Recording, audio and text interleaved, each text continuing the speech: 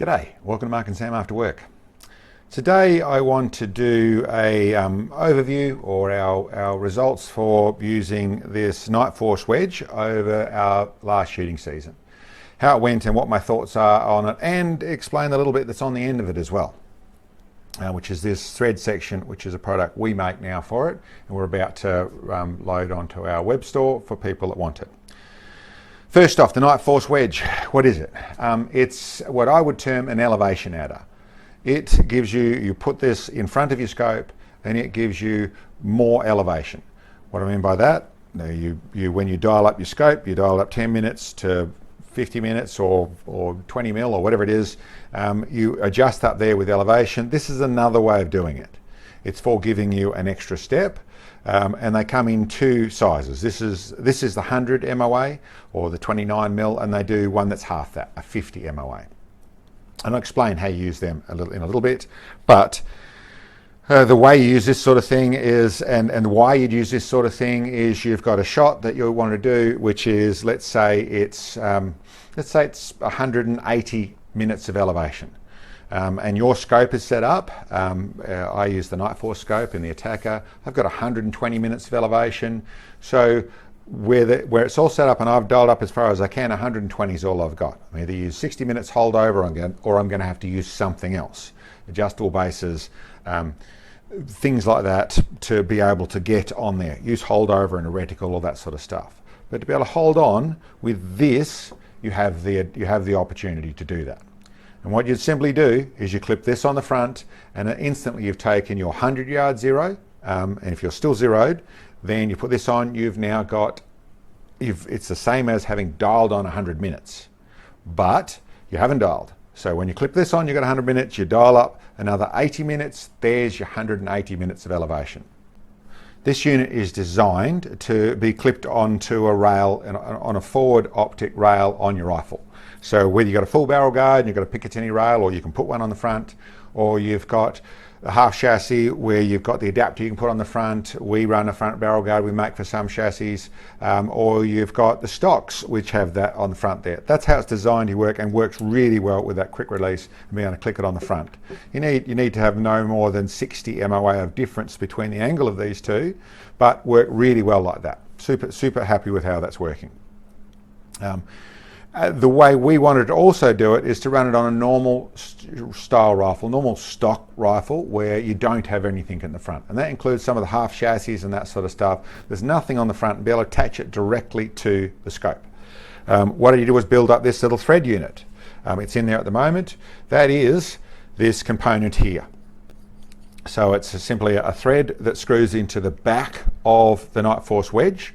I use a tiny bit of a thread sealer on there, just a tiny bit. I don't want to goop up an optic, but just enough to help it stick. So I screw it in there, sticks in there, do it up tight without leaning and hurting anything. So only done with fingers, the little bit of goo, make sure it stays there. And then there's this knurled lock nut on there. So what you actually do is I'll put this one down there. You lock it in here, that's there. Then you screw it into the front of your scope. So it screws into the front of the scope till you get it all the way in to where it's not butted out, or where you can get it to straight, and then you spin up this lock nut to stop it. So the lock nut's what I use. In some situations, without really leaning on things, I found it had a little bit of movement. Generally, when I tightened this, it fixed it. But in ways to fix it, I tried different Velcro straps and things.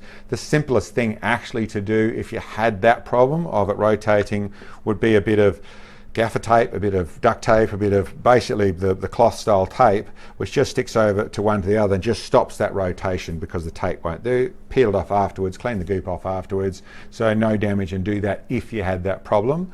But that's how I was running it and how it worked. And I should say, in all those forms, this system worked really well. Really happy with it. From the vision quality, people ask how accurate they are, and can you do tests to see how accurate they are. This little number on the side here, measure it, that is measured precisely, and this is ground glass. This isn't going to change and deform and move or anything. It's set. There's nothing adjustable, it's set. Clarity wise, worked brilliantly. Whether that was in front of the scope by 4 inches, or it was actually sealed up to the scope, didn't change anything. The optics of it, the vision of it was really good. Probably could measure a difference I didn't find a difference that I could visually pick up, and I certainly had no issues using it, even when I pushed it too far, in the way of going right the way over to where I got it out to 300 minutes of elevation with using this, maxing out the scope and using the adjustable base to get to that point. And that's what I used in some of the ones to go too far in the way of really testing the system, but in all forms worked really well on that sort of score. So that's what that piece is. I should say I've done a couple of other bits. Or a negative to my thread system on the front here is that you have to pull your scope off. It's not that much of a negative. In a properly set up scope, you should be able to pull it off and put it back on and not mess with zeros. But that's actually one of the real advantages to this system, is you don't mess with a zero.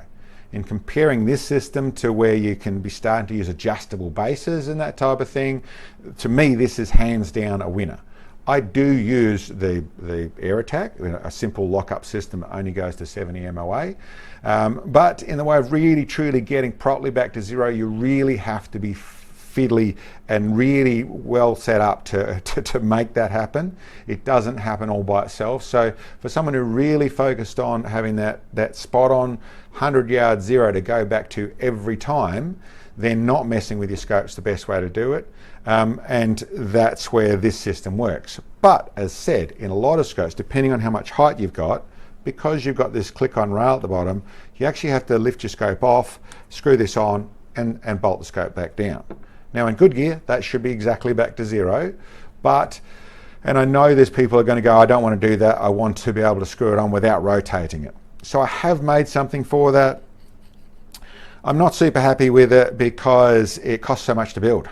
All these components are micro threads, a lot of work to work it all out, make it all work, and then components that are expensive to build. This one has 3 components to end up with, or 3 parts end up with this one component. Every one of them is a micro thread and takes setting up. But this component is made to actually be able to screw into the front of your, on your scope.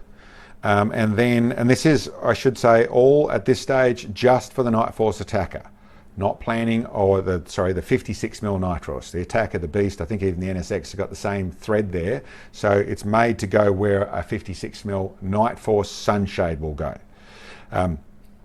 Complicated to go with other scopes. We might go there. We'd have to have the demand, and there's still a fair bit of expense to go down that road, so not planning on it at the moment. But for the guys with the Nightforce, this is made to screw in the front of it. So it locks into the front of the scope, and then it has a ring. I'm not going to show it, I can't even see it moving, but there's actually a floating nut inside there. That then lets you, easier to do on actual rifle, but put that on there and then use this floating nut to spin that around and screw that on till it locks on the back here. Use your lock nut again so you can lock it all up. But that lets you, a little bit fiddly I got to say, but that lets you put this on and off your scope without touching your scope, for guys who really want to go there. In my mind, I'm not sure I'm going to use this. I've built it. It was expensive to build and it's going to be expensive to sell. But it's a product that I'm not, like I said, I'm not convinced I'm going to be using it, because really I find lifting my scope off so simple to do. Screwing this on, locking it up, it's simple. There's less stuff, less complicated, always better in my opinion. But that's what I've done on that score. The one other thing I've done, which I built just recently, I haven't run it, so you haven't seen it on video at all, but it's made this little thread protector, which is another component which we'll put on the store just to make it a bit neater for when you're using it just clipped on a rail, and leaving all that together like that. So that's how this unit's going to travel for me now. It's got those little components in the back of it, which means it can operate like that, but the moment I want to put it on the front of my scope, it can go on there. This little freewheel nut, probably not going to use, but it is an option for people who want to go there. Apologise for the expense of it. It just is the how it is. It cost a lot to build. So that's about what I can say. I suppose in my overview of how it worked and where it sits and all that sort of stuff is, I really like the unit. We actually got one across to try.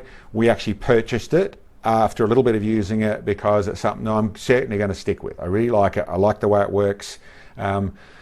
And I think it's a very practical option for people who have that, they're trying to go just out past the mile to the 2,000 yards or 2,500 yards, and in their magnum caliber, that sort of stuff, they're trying to get to that place. Even for some guys with the big rifles that just don't have quite enough to get to the 2 miles, this is a very simple, straightforward, nice option to go with. It isn't the big dog, which is the Charlie Tarak, which is for the ultra long range and gives you all that adjustability and able to go lots further. So it is looking across your barrel. The Charlie Tarak has the advantage of a step up in the periscope system, but it also has the simplicity and the smallness, and actually the lightness of the whole thing is a win for it also. Really more in that average long range guy, I think this is a very good option. Of course, I'm in the very fortunate world of having all the options. I use the adjustable bases as well, but I'd probably say the adjustable base in any form, even in the Aerotac form I use, is the least precise way to do this. This would probably be in the most precise way. It is not adjustable, but that also means that it can't get out of whack by itself. It's always going to be exactly what it says. So in the likes of, and where I really see this sort of thing working well, someone with their a very good scope that I don't use, but the PM2, the Smith & Banner PM2, very good in all sorts of things. The one thing it's lacking on is the amount of internal elevation. One of these on the front of it, whether that's the 50 MOA or the 100 MOA, turns it into where that all of a sudden has stepped up to where it can really do that mile, 2,000 yards, 2,500 yards, depends on your combination, your caliber and all that sort of stuff. But I think that's a really good option. Of course, in the PM2, at this stage, it would be going to a forward rail. But that type of thing, and that's the only other, there's all sorts of scopes out there in the same sort of situation, but I can really see that being a real advantage for, like I said, extreme precision and letting you take that scope to the next level. And of course that can go on the front of any scope. This doesn't have to mate to anything. The only thing that does mate it is my thread section here for the people who want to go there with their Nightforce. Then it just is an option that we've got, which is one I wanted to accomplish. Anyway, that's about what I wanted to tell you with it. I think it's a great product. I really like it. Works really well. Thanks Nightforce they let us use it for a while before we purchased it, so it was great to be able to have a play and test it properly. And certainly for where we shot it, the 3,000 yards, the 2,900 yards in quite a awkward season we ended up shooting with, we used this a lot. It really suited what we're doing a lot, and I was very happy to have it. Anyway guys, thanks for checking in on us. I hope you liked. We'll catch you next time.